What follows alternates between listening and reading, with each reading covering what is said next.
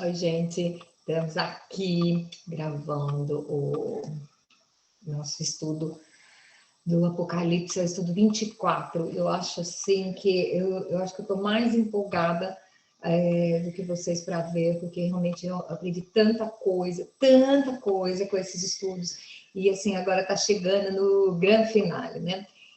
Vocês sabem que desde o começo dos vídeos eu vou buscando na Bíblia, em Bíblia de estudo, e vou ouvindo os grandes estudiosos, aquelas pessoas que realmente, sabe, que são referências, né? Então, grandes nomes como Augusto Nicodemos, Hernandes Dias Lopes, José Saião, aquele maravilhoso, aquele fofo me faz lembrar muito do meu pai, né, que já não está mais entre nós, que é o Russell Shedd. Então ele também, eu coloquei nesses dois últimos vídeos coisas que ele falou, Lamartine Pozella, o Rodrigo Alves. Então, assim, foi uma coletânea de pessoas, referências, que são estudiosos, e eu fui ouvindo depois estudando, tirando a minha própria opinião.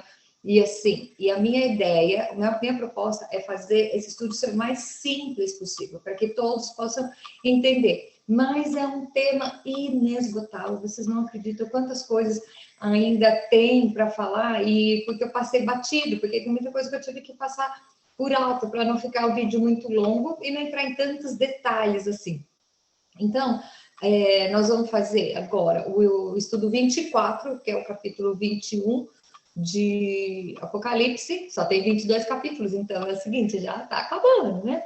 E nós vamos dividir esse estudo, esses dois últimos capítulos. O resumo é o seguinte: nós temos que separar o que está escrito ali, como é o céu, quem vai e quem não vai morar no céu, como será a vida no céu e como alguém pode entrar no céu. Então, assim, nós não vemos, foi muito difícil arrumar estudos sobre o final do Apocalipse, porque não se fala muito. As pessoas gostam de falar do reteté, da prosperidade, de não sei o quê, a chave, como o povo gosta de chave, estou vendo milagre, estou vendo sobrenatural. Então, as pessoas se atentam a isso e não se prega mais como vai ser o céu. Você não precisa ficar recomendando o povo para o inferno, não. Só de você contar como vai ser a vida com o Senhor Jesus, como que vai ser a glória, isso já atrai. E quem convence não é você, tá? Quem convence é o Espírito Santo. Então, eu acho legal você saber, você estar sabendo o que é que vai te encontrar lá em cima. Aquela cena daquele bando de mulher de branco, caminhando em nuvem, tocando harpa, esquece, gente, esquece. A Bíblia não diz nada disso, nós vamos ver no estudo agora, porque assim, é bem detalhado como vai ser, tá? Então, começa no seguinte, capítulo 21. Vi um novo céu e a nova terra, porque o primeiro céu e a primeira terra já passaram. Então, vamos lá olhar. O texto que foi escrito no original, a palavra para novo, não é neos. Neos é novo, que foi criado do nada. É kainos, que é transformado. Então, você não pensa que tem uma outra dimensão com o céu e a Nova Jerusalém, aquela bagunça toda que o povo faz na cabeça, porque realmente não estuda muito, só pega fragmentos. Então, aqui o texto diz o seguinte: viu, um novo céu e uma nova terra. Um novo é de transformado, que a palavra original é kainos, ok?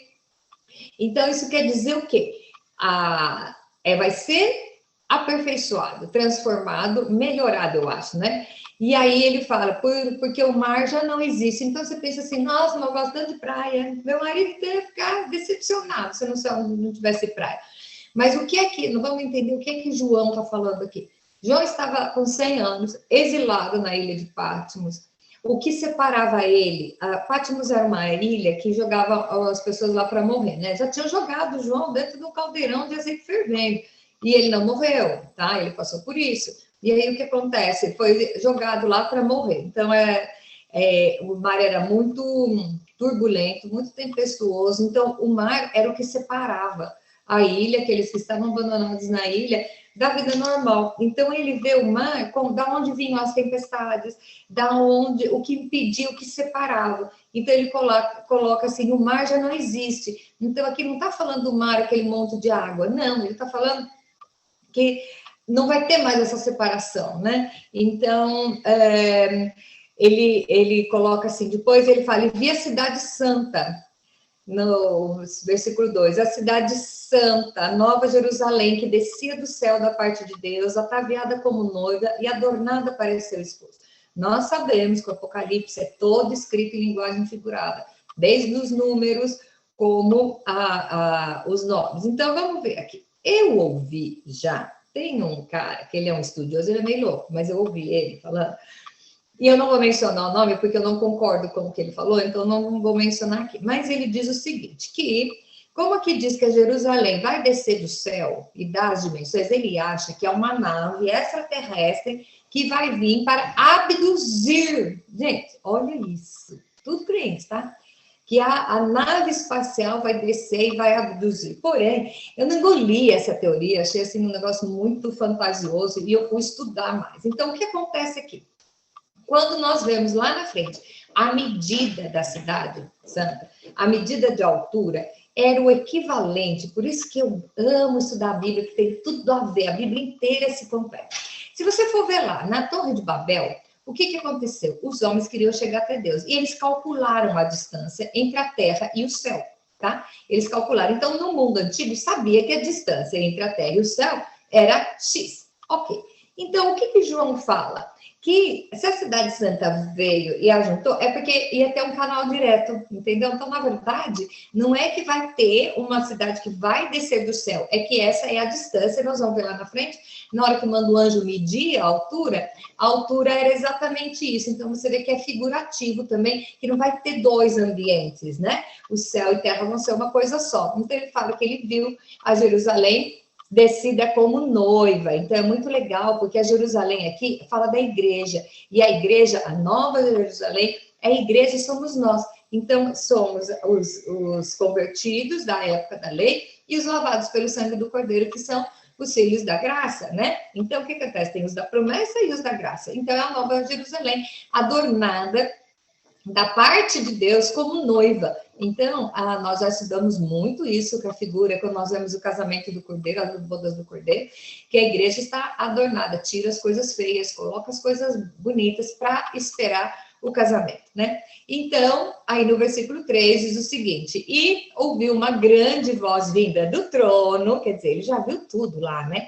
Dizendo, eis o tabernáculo de Deus com os homens, ele habitará no meio com eles e serão povos e será Deus. Gente, não vai ter mais tabernáculo, porque a presença de Deus já é direta. Então, nós vamos ver que, assim, Deus já está junto, o povo convivendo junto, nós podemos vê-lo face a face. Gente, mano do céu, você lembra quando Moisés só queria, eu quero ver tua glória, eu quero ver tua glória, e Deus falou, você não pode, então entra atrás da penha e eu vou passar por trás, e você vai me ver a sombra, e mesmo assim o rosto de Moisés ficou brilhante, e ele teve que usar um véu para cobrir o brilho do seu rosto, porque ele viu a glória do Senhor passando, porque ele ainda era humano, ele ainda estava na sua fase humana. Então, o que acontece?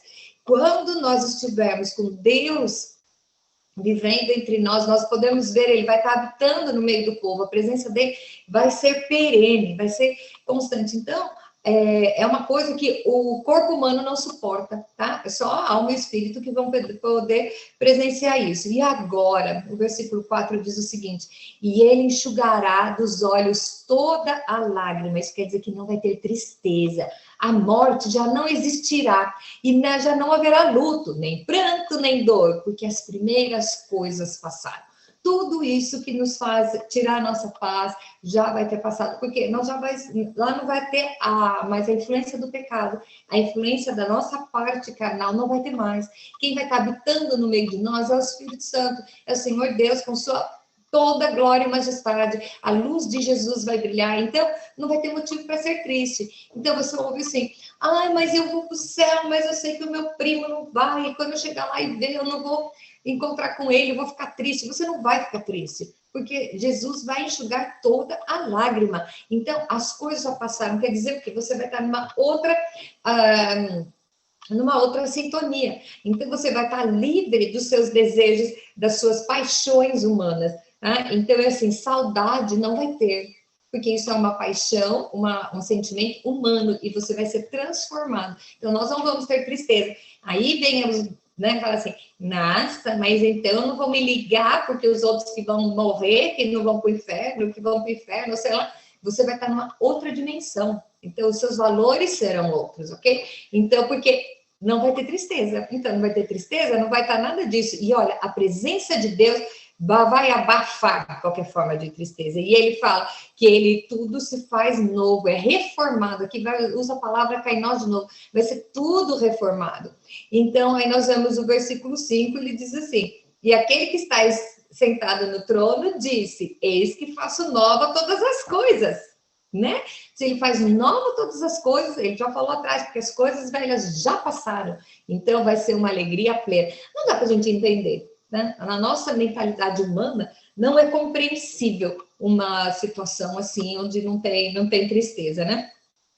E aí ele fala, no versículo 5, a parte B, ele fala assim, escreve essas coisas porque são fiéis e verdadeiras. Quer dizer, escreve isso porque isso é inegociável.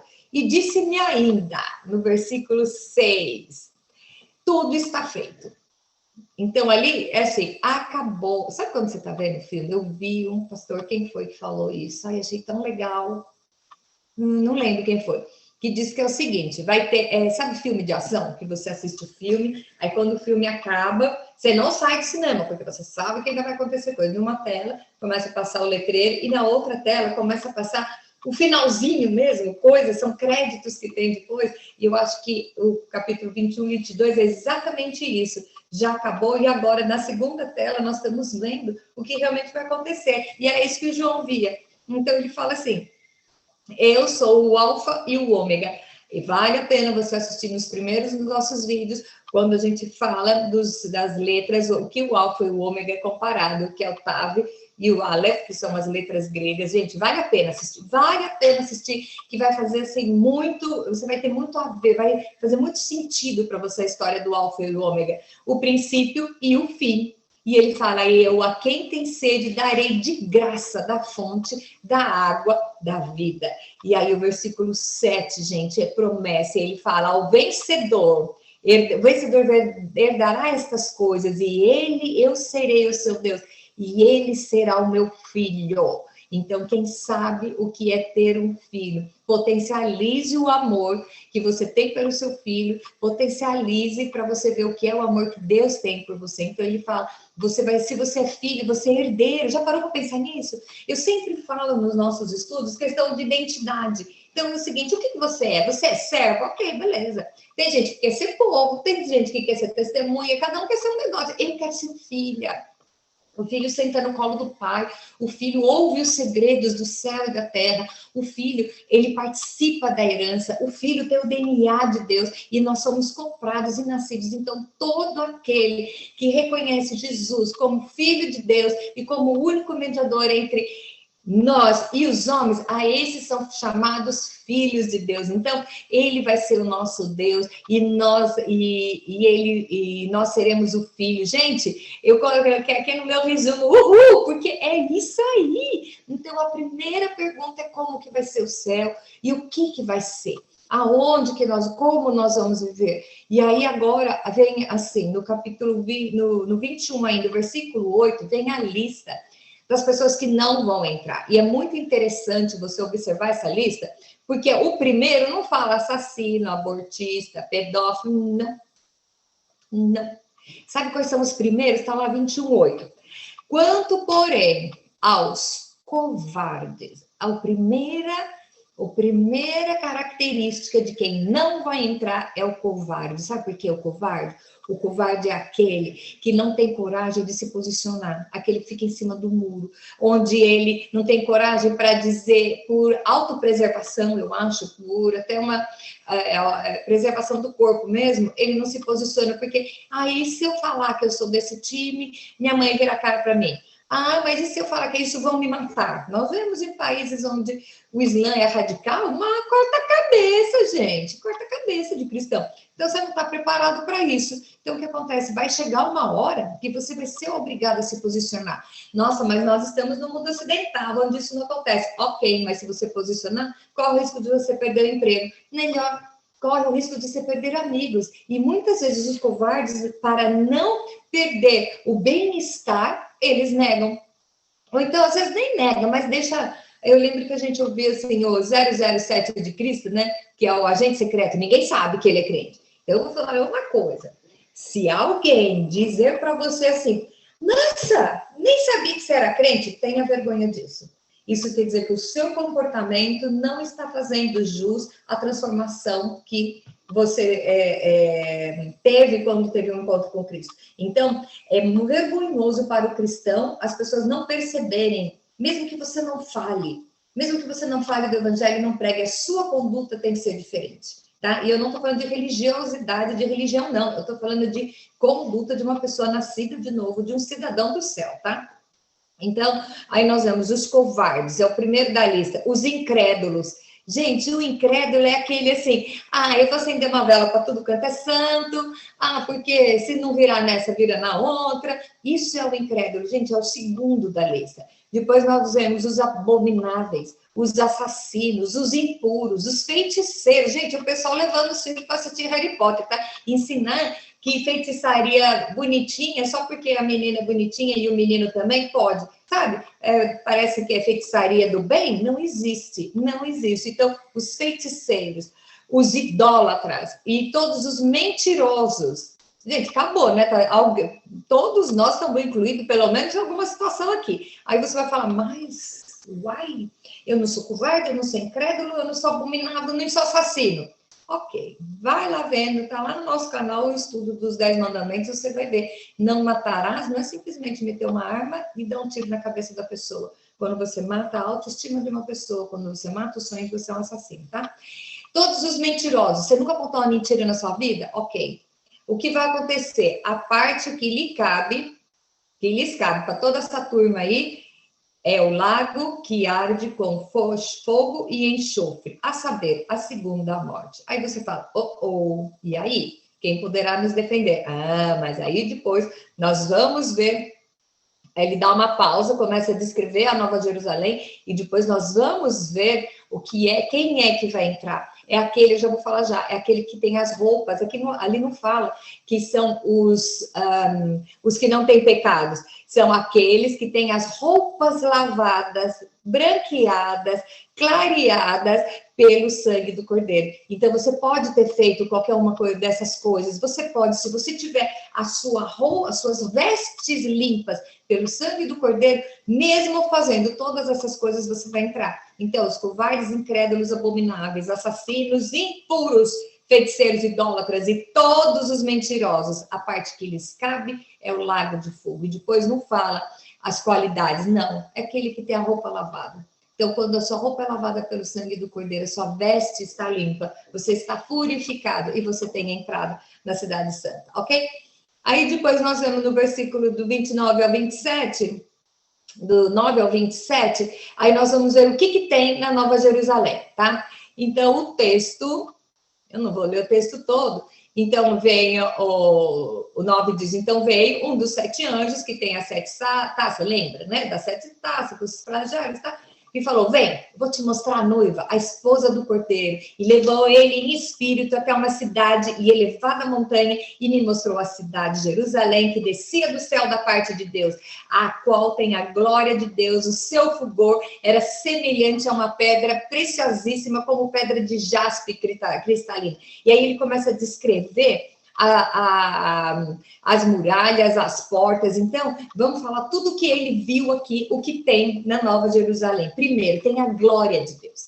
Então, a Nova Jerusalém tem a glória de Deus inundando. Nós vamos lá o texto de Abacuque, e a glória do Senhor encherá toda a terra. É nesse momento, tá? A glória do Senhor vai estar lá. A pedra de jaspe, quando falo de jaspe, era uma pedra super preciosa que se usava muito naquela época, que ela é polida, né? Eles poliam, ela refletia a luz e era, assim, muito preciosa. Então, ele começa a descrever com as coisas preciosas que ele conhecia da época. Então, ele fala que a pedra de jaspe estava lá, as 12 portas eram de pérola. Você não acha que a porta é feita de pérola? O que acontece é que é preciosa. As 12 portas quer dizer o quê? As cidades antigamente eram muradas e tinha uma porta de entrada, tá? E de noite trancava essa porta para não ter invasão. O que acontece? Como ele está fazendo uma comparação com uma cidade, ele fala que existem 12 portas. 12 portas é o quê? O número 12 sempre vai representar o todo de Deus. Então, são as 12 tribos de Israel, depois nós vemos os 12 apóstolos, por isso que nós vemos os 24 anciãos, lá, esse número figurativo, nós vemos 144 mil, que é o quê? 12 de cada 12, então, quer dizer, a totalidade, né? Então, tinha as 12 portas, né? E essas portas, ela representando o Velho Testamento, são as tribos, elas eram adornadas de pérola, tá? E nós temos a muralha, e muito legal, que nas muralhas, né, são os fundamentos, então são os 12 apóstolos, ele fala isso, e a muralha da grande cidade tinha 12 fundamentos, estavam sobre esses 12 nomes dos apóstolos do Cordeiro. Então, você vê o Velho Testamento e o Novo Testamento juntos aqui, não há divisão, em Cristo acabou a divisão, ele ajunta tudo, ok? E aquele que falava comigo tinha por medida uma vara de ouro para medir a cidade, e as suas portas, e a sua muralha. Então, a medida aqui, ele fala que a cidade é quadrangular, e na hora que ele começa a medir, você vai ver que não é porque é um cubo, a medida é cúbica. Por que a medida é cúbica? Porque todas as medidas são iguais. Então, o que é um cubo? O cubo é a mesma medida para cima, para o lado e de profundidade, tá? Então, é um cubo.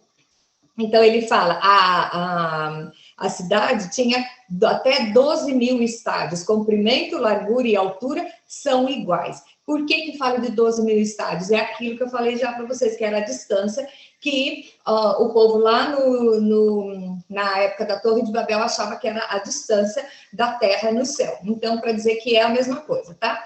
Aí ele mediu e disse que a muralha tinha 144 côvados. Você sabe o que é 144? É o múltiplo de 12, tá? E a fundação era pedras preciosas, tá? Sem mistura, mostra que ela era perfeita. Ninguém põe coisa preciosa na fundação. A fundação é o que não aparece. Porém, a cidade, para ele exemplificar que ela é fundamentada com palavras santas, com preciosidade. Então, os fundamentos são os ensinos dos apóstolos, e é isso que está falando aqui, tá? Não vai ter santuário, porque a presença de Deus vai estar em todo lugar. Não existe luz, luzeiro, porque a luz do Cordeiro é a lâmpada que ilumina. Lembra que Jesus fala lá em João? Eu sou a luz do mundo, aquele que anda em mim de maneira nenhuma andará em trevas. Gente, que coisa louca. Então, você imagina a presença do Espírito Santo, a presença de Deus convivendo junto com os lavados. Nada imundo ou contaminado vai entrar lá.